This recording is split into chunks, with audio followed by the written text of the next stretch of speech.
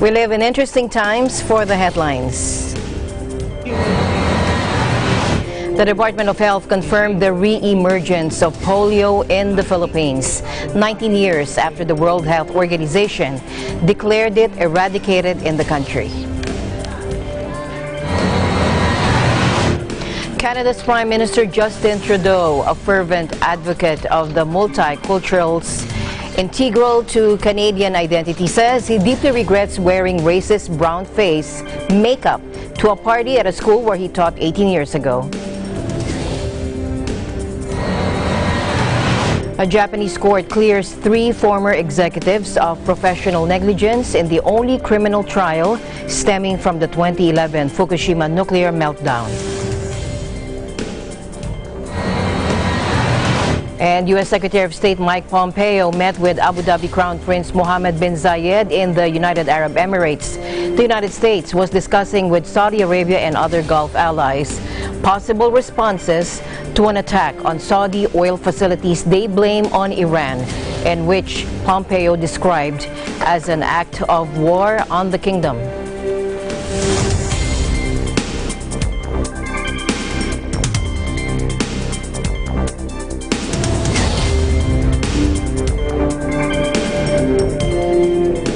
I'm Alma Angeles, wherever you're watching from around the world. Thank you very much for joining us, and now to the news.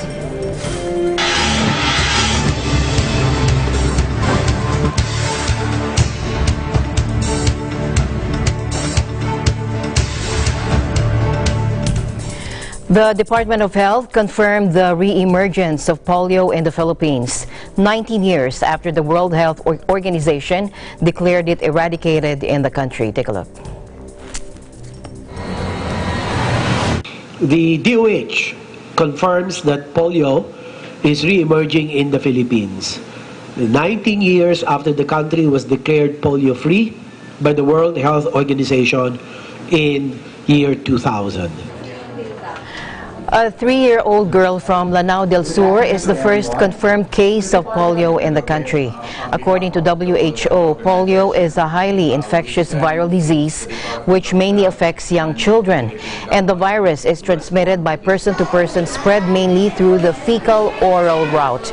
The disease causes paralysis, which is often permanent in a small proportion of cases.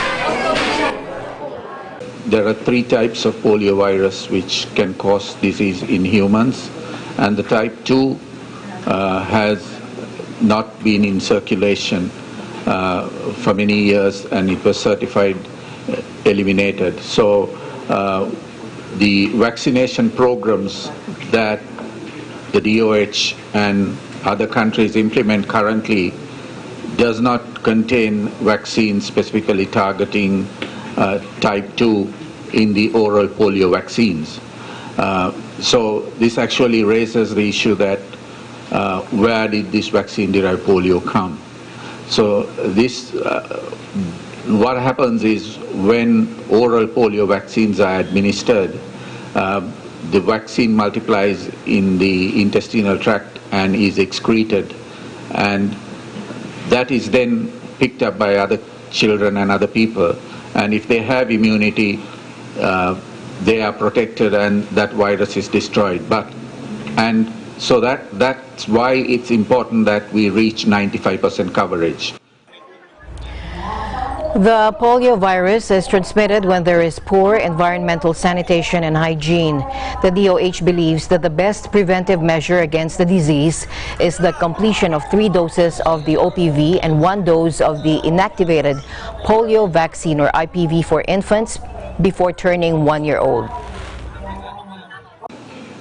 DOH, in close coordination with the local government units and concerned national agencies, and with the support of WHO, the United Nations Children's Fund, or UNICEF, and other partners, is preparing a rapid response to the polio outbreak. This includes a series of synchronized oral polio vaccinations to protect every child under the age of 5 years in areas at risk beginning in October 2019. The DOH is also working with partners to strengthen environmental and acute flaccid paralysis surveillance throughout the country to detect polio virus. We strongly urge patients, health workers, and local governments to fully participate in the synchronized polio vaccination. We add that it is the only way to stop the polio outbreak and to protect your child against this paralyzing disease. Aside from immunization, we remind the public to practice good personal hygiene, wash their hands regularly. Very important, very practical, doesn't cost anything. Wash their hands regularly. Use toilets, drink safe water, and cook food thoroughly. Now, the symptoms are the following. I want to stress that 95% of those who contract the virus, whether it is vaccine-derived or polio, wild polio virus, 95% are asymptomatic. Walang clinical manifestation. Okay? So 4% will present with flu-like symptoms. And these are fever, headache, abdominal pain, loose bowel movement, LBM, fatigue, vomiting. And in a more serious phase of the clinical symptomatology, you will have pain and stiffness at the back of the neck, the back, and the legs, followed by a pain and eventual paralysis after the acute phase. And then death because of respiratory muscles being depressed in about 0.1%.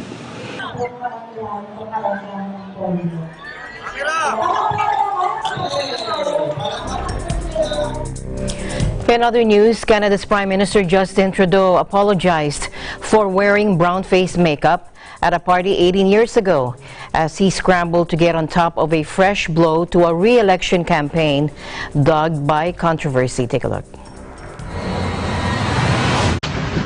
In 2001, when I was a teacher out in Vancouver, I attended an end-of-year gala. The theme was Arabian Nights. And I dressed up in an Aladdin costume and put makeup on. I shouldn't have done that. I should have known better, but I didn't. And I'm really sorry. Time magazine published this photograph 1 week into a federal election campaign with Prime Minister Trudeau's Liberal Party in a tight contest against the Conservatives led by Andrew Scheer. Trudeau, 47, whose party won a landslide victory in 2015, has already been under attack for an ethics lapse and other controversies. The black and white photograph shows Trudeau, then 29 years old, wearing a turban and robes with his face, neck, and hands darkened at the gala in 2001. Now, this picture appears in the 2000-2001 yearbook of West Point Grey Academy, a private school where Prime Minister Trudeau taught at the time. The Prime Minister also admitted to wearing dark makeup, singing Harry Belafonte's 1959 hit Day O Banana's boat song at a separate high school talent contest. When I was in high school, I dressed up at a talent show and sang Dale with makeup on. It was something that I didn't think was racist at the time, but now I recognize it was something racist to do. I'm going to be asking Canadians to forgive me for what I did. I shouldn't have done that. I take responsibility for it. It was a dumb thing to do. I'm disappointed in myself. I'm pissed off at myself for having done it. I wish I hadn't done it, but I did it. And I apologize for it. I think it's well known that communities and people who live with intersectionalities and face discrimination, the likes of which I have never personally had to experience, is a significant thing that is very hurtful. And that's why I am so deeply disappointed in myself. Meanwhile, Conservative leader Andrew Scheer lambasted Prime Minister Justin Trudeau for his brown face photo, and he said the Canadian Premier is not fit to govern the country. Like all Canadians, I was extremely shocked and disappointed when I learned of Justin Trudeau's actions this evening. Wearing brownface is an act of open mockery and racism. It was just as racist in 2001 as it is in 2019. And what Canadians saw this evening is someone with a complete lack of judgment and integrity, and someone who's not fit to govern this country. Meanwhile, Jagmeet Singh, leader of the third-place New Democratic Party, reacted by calling the behavior troubling and insulting. He said, quote, "Anytime we hear examples of brown face or black face, it's making a mockery of someone for what they live and what their lived experiences are. What does that say about what he thinks about people who, because of who they are, because of the color of their skin, face challenges and barriers and obstacles in their life? Racism is real," unquote.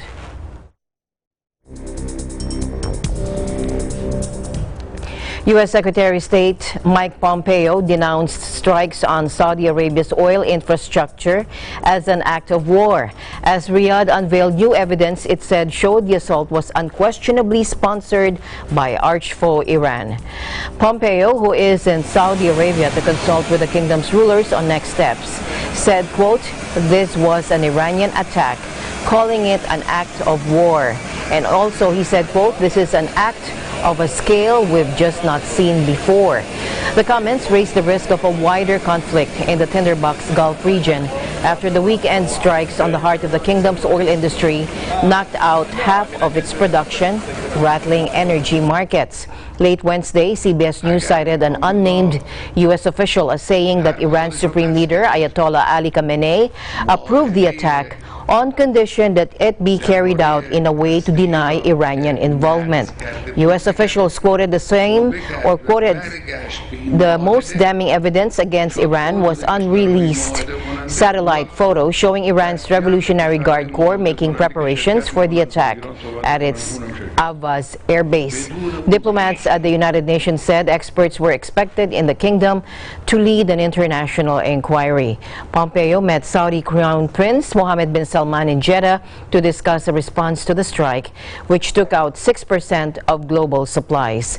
Meanwhile, the Houthis threatened to hit dozens of targets in the United Arab Emirates, part of a Saudi-led coalition against the rebels. A U.S. official speaking on condition of anonymity earlier said the administration has concluded the attack involved cruise missiles from Iran and said evidence would be presented at the UN General Assembly next week.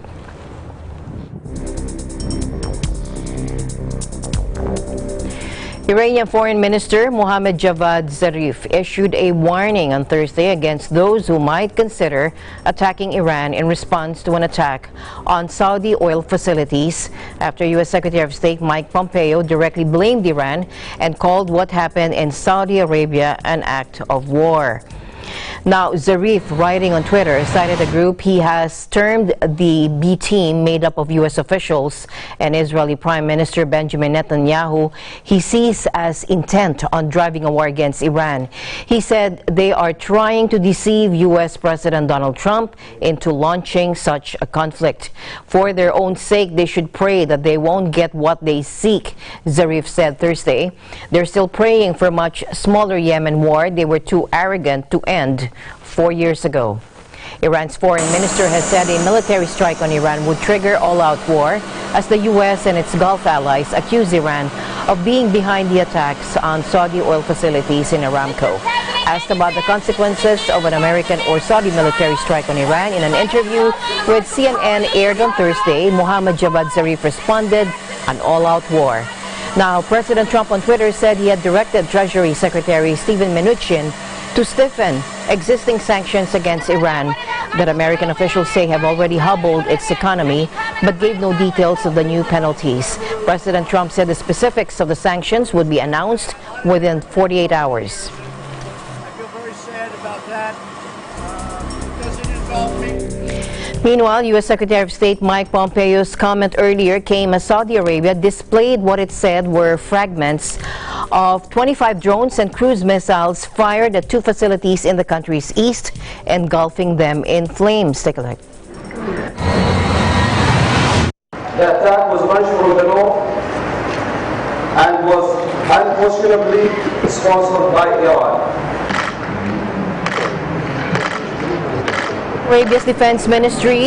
Saudi Arabia's defense ministry has shown off what it says is wreckage of drones and cruise missiles that prove Iranian involvement. It said 18 drones and 7 cruise missiles were fired from a direction that ruled out Yemen as a source. Yemen's Iran-backed Houthi rebels had said they were behind the attacks. Iran has denied any involvement, and they warned it would retaliate against any attack that targeted it. Since the beginning of the Iran-sponsored insurgencies in the region, we have witnessed a distinct growth in Iranian aggression, which culminated in the attack from the north several days ago. This attack was not against the Kingdom of Saudi Aramco or Saudi Arabia. It was an assault to the international community. We call upon the international community to acknowledge Iran's malign activity in the region and responsibility in the recent attack. And during this brief, I will emphasize 2 facts based on our findings. The first one, this attack did not originate from Yemen, despite Iran's best effort to make it appear so, and the global trade. Meanwhile, U.S. President Donald Trump said he has many options in addition to military strikes against Iran, and that details of newly announced sanctions would come within 48 hours. Asked by reporters about a possible U.S. attack on Iran, this is what President Trump said. We'll see what happens. We'll see. You'll watch. No, I actually think it's a sign of strength. We have the strongest military in the world now, and I think it's a great sign of strength. It's very easy to attack, but if you ask Lindsey, ask him how did going into the Middle East, how did that work out? And how did going into Iraq work out? So we have a disagreement on that, and you know, there's plenty of time to do some dastardly things. It's very easy to start, and we'll see what happens. We'll see what happens. I think we have a lot of good capital. If we have to do something, we'll do it without hesitation. There will be a further announcement on Iran. Are you looking at a military strike? We'll see what happens.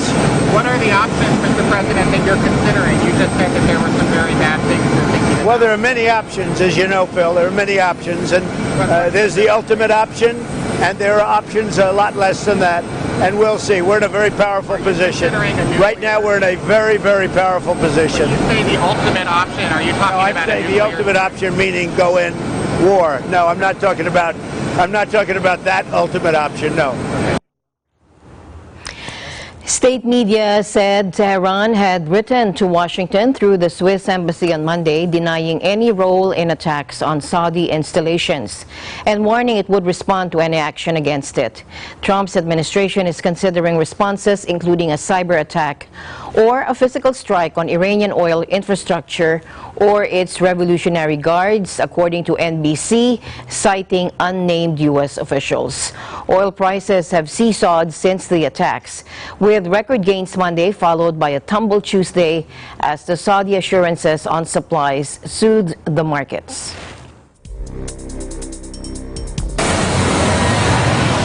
Meanwhile, U.S. Secretary of State Mike Pompeo arrived at Al Bateen Air Base in Abu Dhabi for further talks with Gulf allies about responding to major attacks on Saudi oil infrastructure, which he has denounced as an act of war by Iran. U.S. Secretary of State Mike Pompeo met with Abu Dhabi Crown Prince Mohammed bin Zayed. The U.S. was discussing with Saudi Arabia and other Gulf allies possible responses to an attack on Saudi oil facilities they blame on Iran, and which Pompeo described as an act of war on the kingdom.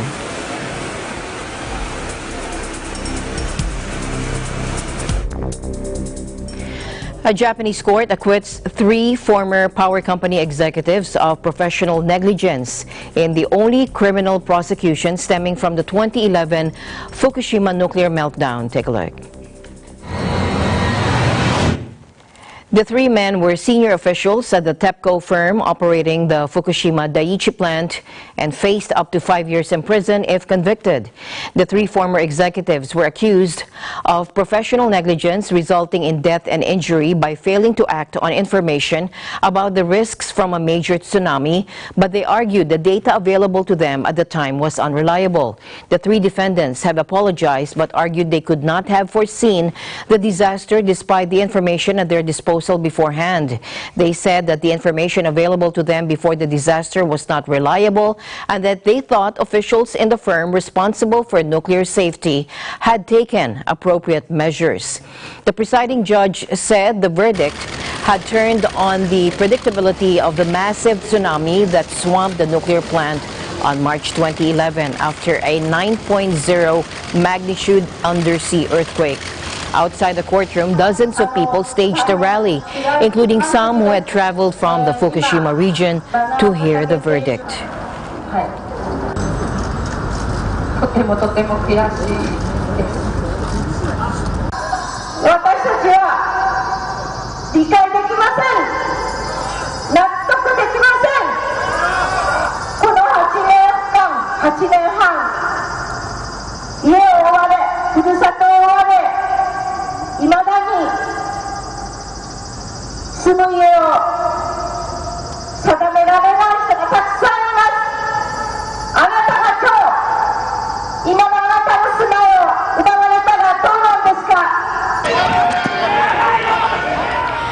No one was killed in the nuclear meltdown, but the tsunami left 18,500 dead or missing. The ex-TEPCO executives face trial in relation to the deaths of more than 40 hospitalized patients who died after having to be evacuated following the nuclear disaster. All 3 defendants, former TEPCO chairman Tsunehisa Katsumata, 79, and former Vice President Sake Muto, 69, and Ichiro Takekuro, 73, had pleaded not guilty. The prosecutor said the trio were present at the meetings where experts warned of the anticipated height of a tsunami off the Fukushima coast and should have taken better safety measures. A 2015 report by the International Atomic Energy Agency said a misguided faith in the safety of atomic power was a key factor in the accident, pointing to weaknesses in disaster preparedness and unclear responsibilities among regulators. In a parliamentary report a year after the disaster, called Fukushima a man-made crisis caused by Japan's culture of reflexive obedience. Separately from the criminal case, dozens of civil lawsuits have been filed against the government and TEPCO. Some district courts have granted damages to local residents, ordering TEPCO and the government to pay.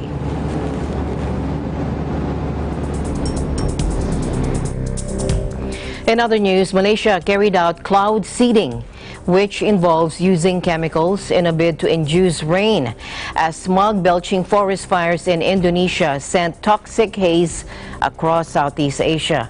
Malaysia said on Thursday it will raise pressure on its Southeast Asian neighbors to find a solution to recurring outbreaks of smog-belching forest fires in Indonesia as air quality plummeted and more schools closed.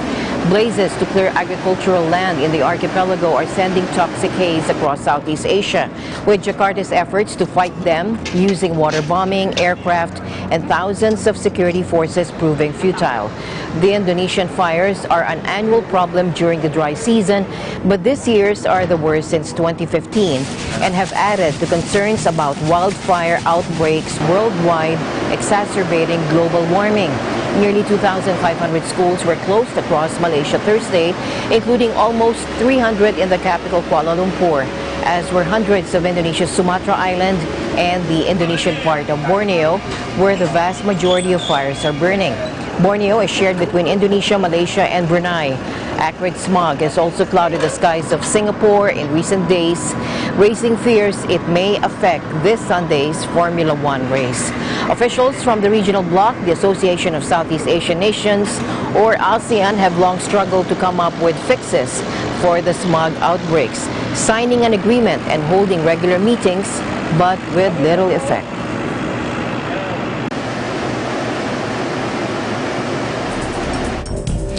An earthquake measuring 6.1 magnitude rocked Indonesia's East Java province on Thursday. Take a look. However, an official at the Meteorology and Geophysics Agency said there was no danger of a tsunami. The quake rocked at 2:06 p.m. with an epicenter at 56 kilometers of Tuban and with the depth of at 656 kilometers under seabed. Several minutes later, a 6.0 magnitude quake with a depth of 623 kilometers under sea floor and is believed to be an aftershock struck off the province. Adding, an analysis on the status of the last quake is being undertaken, according to Xinhua News Agency. Indonesia is prone to quake as it lies on a vulnerable quake-impacted area called the Pacific Ring of Fire.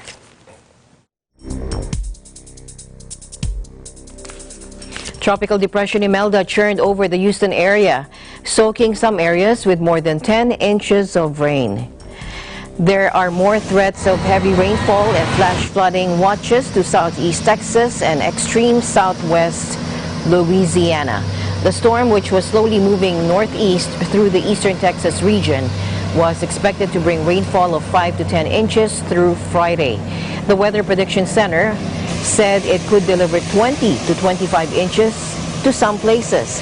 The center also said parts of southwest Louisiana could see 4 to 8 inches of rain with isolated totals of 10 inches. The rainfall could result in significant to life-threatening flash floods. Imelda is the latest storm to hit a rain-weary region that has been battered by major storms and catastrophic flooding in recent years, from the so-called Tax Day floods of April 2016 to Hurricane Harvey 2 summers ago, which lingered over the city as a tropical storm. Heavy rain, high winds, and tornadoes leveled entire neighborhoods, and some residents are still recovering.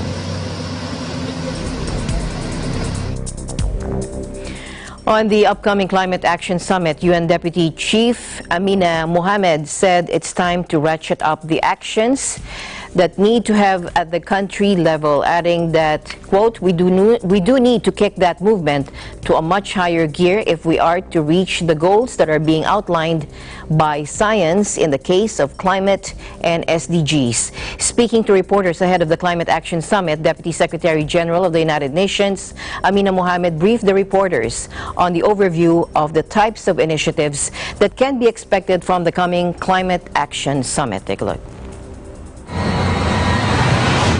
It's time to ratchet up the action that we need to have at the country level. People, industries and governments are moving. They've been engaging over the last 4 years, and for that we know that we're on track. But we do need to kick that movement to a much higher gear if we're to reach the goals that are being outlined by science in the case of climate, and of course by the data that really shows how much we have to do on poverty and the other goals of the SDGs. The summit will present practical and new measures to, one, speed up the transition from coal to clean energy and to cut the pollution that is harming our health. The second, protect nature, but also unlock the potential of nature to deliver on climate solutions. The third, create cleaner, greener ways to work and to move. Speed up the transition in key sectors from grey to green economies. Safeguard people from the impacts of climate change already being felt right now, and help make sure that we leave no one behind. The transition must be ramped up now, and it must be fair to include everyone. Meanwhile, on coal, the UN Deputy Chief said, quote, we know that the transition of coal is not a one-size-fits-all, and she said it is complex. Take a look. In many countries, renewables are already cheaper than coal, and the transition is well underway. In other countries, the transition needs more support, and in particular, funding options for renewables. It's not enough that we stop funding coal, and funding must be actively moved towards making renewables possible. So there is a tension there that we need to pay specific attention to. On September 23, the Secretary General of the United Nations will host the Climate Action Summit in New York with the objective of boosting ambition and rapidly accelerate action to implement the Paris Agreement. The Secretary General aims to demonstrate a leap in collective national political ambition and massive low-emission movements in the real economy. The UN Youth Climate Summit is a platform for young leaders, meanwhile, who are driving climate action to showcase their solutions at the United Nations and to meaningfully engage with decision makers on the defining issue of our time. The event will take place Saturday, September 21 at the UN headquarters in New York as part of a weekend of events leading up to the UN Secretary General's Climate Action Summit on Monday, September 23. In other news, an American Airlines mechanic charged with sabotaging a plane is now accused of having ties to terrorists. According to prosecutors, Abdul Majid Maruf Ahmed Alani shared videos stored on his phone of ISIS murders. U.S. prosecutors have charged Abdul Majid Maruf Ahmed Alani with interfering with part of an aircraft flight data system, causing the grounding of a July flight from Miami to the Bahamas, according to a criminal complaint filed Thursday in Miami. The maximum possible penalty for the violation is 20 years in jail, according to a spokeswoman for the U.S. Attorney's Office in Miami. The plane carrying 150 passengers and crew was taken out of service before takeoff due to an error in the air data module system. Alani was identified in surveillance footage as having entered the aircraft earlier in the morning. Alani allegedly admitted to the FBI that he had inserted a piece of foam into the ADM inlet and applied super glue to prevent the foam from coming off, according to an FBI affidavit. Alani said he was upset about stalled contract talks, which had affected him financially. Alani's lawyer, meanwhile, said he didn't intentionally put people in danger because the plane had backup systems. Alani passed regular background checks. So far, he has not been charged with any terror-related offenses. Israeli Prime Minister Benjamin Netanyahu called on his main challenger, Benny Gantz, to form a unity government together. A major development after deadlocked election results put his long tenure in office at risk. במהלך הבחירות קראתי להקמת ממשלת ימין, אבל לצערי תוצאות הבחירות מראות שהדבר לא אפשרי. העם לא הכריע בין שני הגושים. לכן אין ברירה אלא להקים ממשלת אחדות רחבה ככל האפשר, שמורכבת מכל אותם גורמים שמדינת ישראל יקרה להם.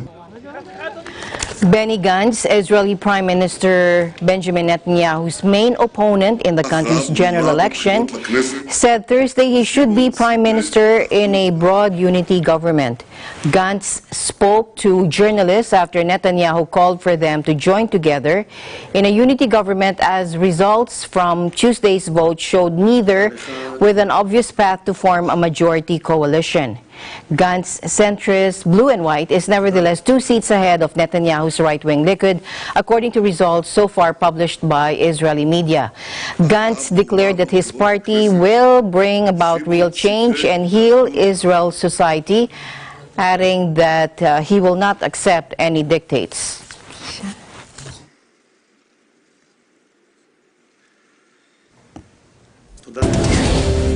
Eagle News will be right back. Stay tuned.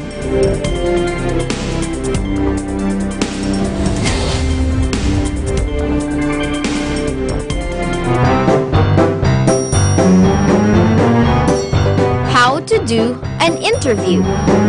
Your teacher asks you to do an interview about a topic you have been discussing in class. You really want to do well with this project, so what do? Here are some tips to help you do your best. Research, research, research. Read about the topic you will be doing. Come up with a plan. Think about why you're doing this interview and how you would want to do it. Find an expert who can really help you. Be polite when doing the interview. Listen to the discussions so you can ask good follow-up questions. Organize the information you have gathered. Follow these tips and you will surely ace your project.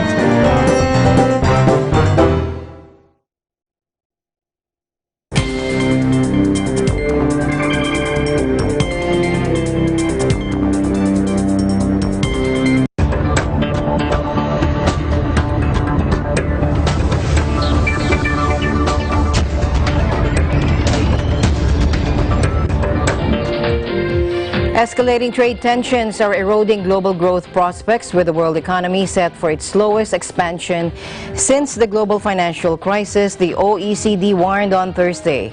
In an update with its economic forecast from May, the Organization for Economic Cooperation and Development cut its global growth forecast for this year to 2.9% from 3.2%. The prognosis for 2020 was lowered to 3.0% from 3.4%. The OECD said these would be the weakest annual growth rates since the financial crisis, with downside risks continuing to mount. The U.S. economy was now expected to expand by 2.4% this year, a downward revision of 0.4 percentage points from the May forecast, and significantly slower than the 2.9% recorded last year. Chinese growth was expected to slow to 6.1% in 2019, a downward revision of 0.1 points or 0.1 point, while next year's forecast was cut by 0.3 points to 5.7%. It revised down its 2019 forecast for the 19-country Eurozone to 1.1% growth this year and 1.0% in 2020, whereas previously it had been expecting activity in the single currency area to pick up speed. Britain's growth outlook was also lowered as uncertainty over Brexit persists, with the OECD now penciling in expansion of 1.0% this year and 0.9% in 2020, compared with 1.4% last year. Meanwhile, Britain on Thursday said it would table Brexit solutions, but not according to an artificial deadline. Hours after the Finnish Prime Minister's office said it must provide written proposals this month. We will table formal written solutions when we are ready, not according to an artificial deadline, and when the EU is clear that it will engage constructively on them, Prime Minister Boris Johnson's spokesman said. The Finnish Prime Minister Antti Rinne's office earlier said that Britain must deliver a written proposal for a solution to the Brexit impasse this month to avoid a no-deal Brexit. Rinne's statement comes a day after he met President Emmanuel Macron in Paris, where he said that the EU is unlikely to grant an extension to the current October 31 deadline and thus avoid a no-deal exit unless London proposes concrete measures. On Thursday, a French diplomatic source said that time is running out to reach a Brexit accord, warning that it will not be possible to negotiate directly at the next European Council meeting in mid-October. The 28 EU leaders are due to meet on October 17 and 18 in Brussels, less than 2 weeks ahead of the scheduled Brexit date of October 31st. In a related news, Ineos Communications Chief Tom Crotty explains the industrial company's decision to open a new auto plant next door to one being abandoned by Ford in Wales. Take a look. We were looking for an area where there was a good history of industrial development, a good availability of people with the right skills, and we thought Bridgend made that case. And it was very well supported by the Welsh Government, who had land available ready for industrial development. One of the benefits we have at Bridgend is it's an area where there are a lot of very skilled people, good skilled workforce. Unfortunately, some of the people working in the Ford factory will be losing their jobs, and from our point of view, they are people who we'd be looking to attract into our new facility. The factory in Bridgend is already under development, with plans to initially hire 200 people before growing to 500 employees within 4 years. Ratcliffe's Ineos Industrial Company said in a statement, the Welsh Government is due to partially subsidize the company's total investment of £600 million, although the exact amount of state support has not been disclosed. Ineos intends to use the plant to build the Grenadier, its own utilitarian four-wheel rival to the BMW-owned Land Rover Defender. Ford said in June that it would shut down its engine plant in Bridgend next year, eliminating 1,700 jobs due to declining plant activity. The decision by Ineos runs counter to the latest market trends, which have seen UK plants being shuttered due to a global auto industry downturn and the uncertainties created by Britain's withdrawal from the EU. I think they're all challenges that we're aware of, in terms of potential tariff issues, potential delays at ports. What we do have is this huge benefit of time on our side. Unlike an existing car company who was extremely worried that on Brexit Day they'll have a problem, queues at ports and parts not reaching them. That's not the case for us because we're 2 years away from those parts flowing in and out of our factories. I think the reason we think it makes sense for us is because we're doing a very different job to the rest of the major car producers. I mean, for a major car producer, they're looking to produce a vehicle that will sell at least 100,000 units a year, preferably 200,000 or 300,000 units a year. We're looking at a vehicle that will sell 25,000 units a year. It's a niche product. The Bridgend plant is not due to open for another 2 or 3 years. Among the most recent automotive departures from Britain, Honda in February announced the closure by 2021 of its plant in Swindon, west of London, putting 3,500 jobs directly at risk. Both Honda and Ford have been careful to avoid blaming their decisions directly on Brexit, which remains a highly charged issue in UK politics.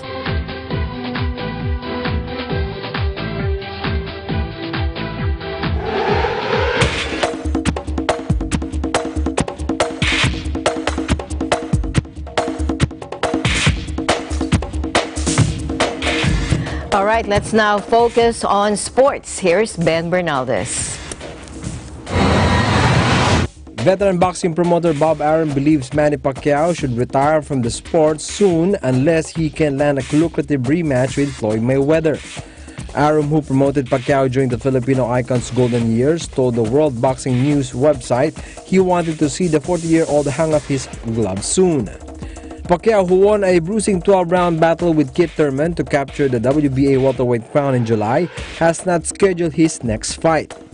But Arum said he believed Pacquiao, who turns 41 in December, would be risking lasting damage if he intends his career much further. Arum, who earlier this year said he feared Pacquiao risked brain damage before his fight with Thurman, said however the Filipino should consider a rematch with Mayweather. In NBA, Alibaba Group co-founder and executive vice chairman Joe Tsai, a Canadian-Taiwanese billionaire, has been unanimously approved by NBA owners as the new owner of the Brooklyn Nets. Backing of the NBA's Board of Governors was the final step to complete the deal, worth a reported $3.5 billion for Tsai to buy the club and its arena, the Barclays Center.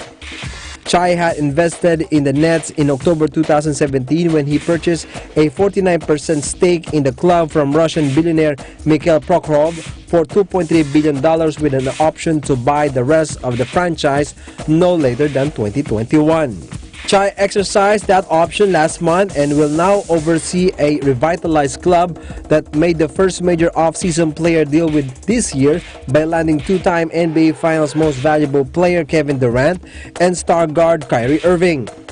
Durant will miss the upcoming 2019-2020 campaign after suffering a torn right Achilles tendon, but the forward could combine with Irving, a former standout at Cleveland and Boston, to produce a formidable inside-outside tandem. The Nets lost to Philadelphia in the first round of last season's NBA playoffs after a 42-40 regular season. They had not reached the playoffs since 2015. The club has won only one playoff series since 2007. Silver thanked Prokhorov and former Nets executive Dmitry Razumov for contributions to the team and community. In tennis, Japanese tennis superstar Naomi Osaka beat qualifier Victoria Tomova of Bulgaria in straight sets on Wednesday to reach the Pan Pacific Open quarterfinals. Making her first appearance at the tournament following a first-round bye, top seed Osaka outclassed Tomova, ranked 181st in the world, 7-5, 6-3 in Osaka, Western Japan. Osaka, who crashed out of this month's US Open in last 16, started slowly, losing the first 3 games in the first set, but later found her rhythm with solid serves and crisp volleying to secure her first set. Tomova's quick court coverage caused Osaka difficulty throughout the match, but in the end, the two-time Grand Slam champion had too much power for lowly opponents, serving a succession of rapid aces. The 21-year-old, who was born in the city, said the cheers of her hometown fans helped her put in a solid performance. She will take on either Russia's Varvara Flink or Yulia Potencheva of Kazakhstan in the quarterfinals. And these are the stories for EN Sports. I'm Ben Bernaldez and I am 1 with 25.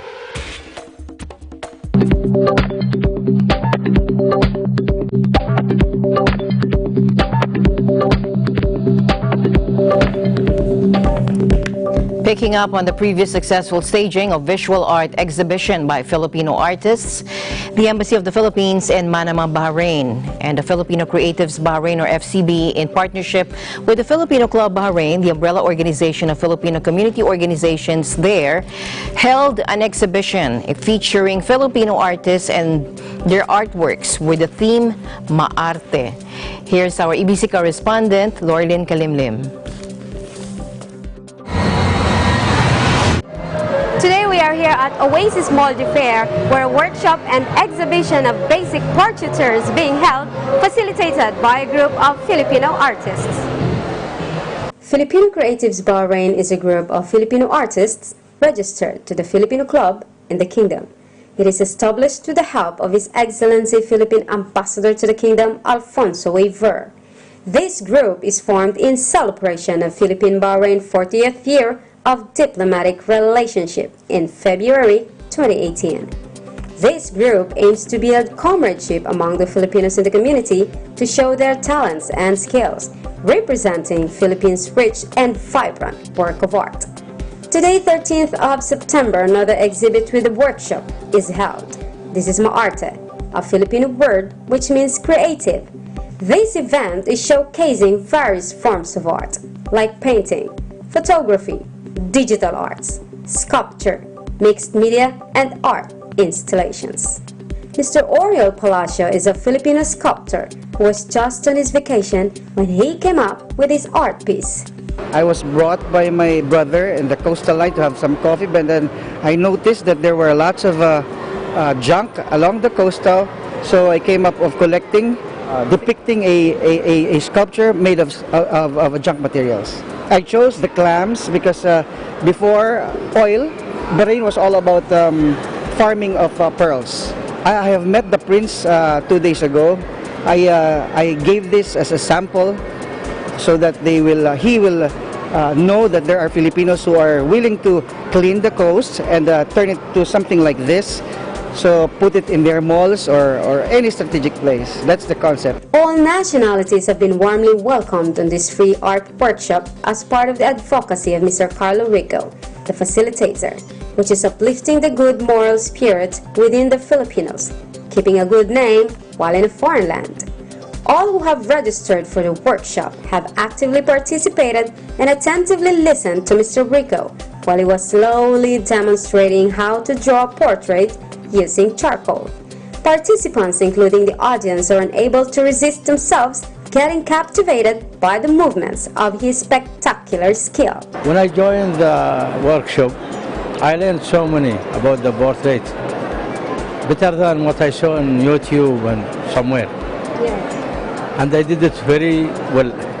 I joined this workshop because even though before I used to draw some portraits like these, I felt like something was missing because not all the drawings I made were consistent and they weren't all that accurate. So I tried going here to learn more because, you know, you need to have a strong foundation before you actually get to the really complicated parts of drawing. This is so beautiful and paintings are really peaceful. So and I really like the initiative of all the different artists coming together and doing something so creative in Bahrain. Mr. Rico was a graduate of Fine Arts, major in advertising at the University of Santo Tomas, Manila, Philippines. He is one of the iconic figures in art industry here in the kingdom. We conduct this event in advocacy of showcasing the Filipino talent. This is collaborations with different professionals. What really inspires me is, the enjoyment that the students can get. Every time I can see their facial expressions, they learn a bit, so that really gives me a lot of inspiration. I would like to invite you, get your talent exposed and be a part of this kind of event that really, give us moral uplifting here in Bahrain. Having a great skill in arts, even with the simplest charcoal used, will divert one's world into enthrallment, as surely you will be mesmerized by their amazing artwork. Filipinos here in the Kingdom of Bahrain are giving honor to their motherland as they continue to present globally their gifted talents, like what you have just witnessed today. This is Lorlyn Kalimlim, your Eagle News correspondent from Bahrain, and I'm Juan with 25.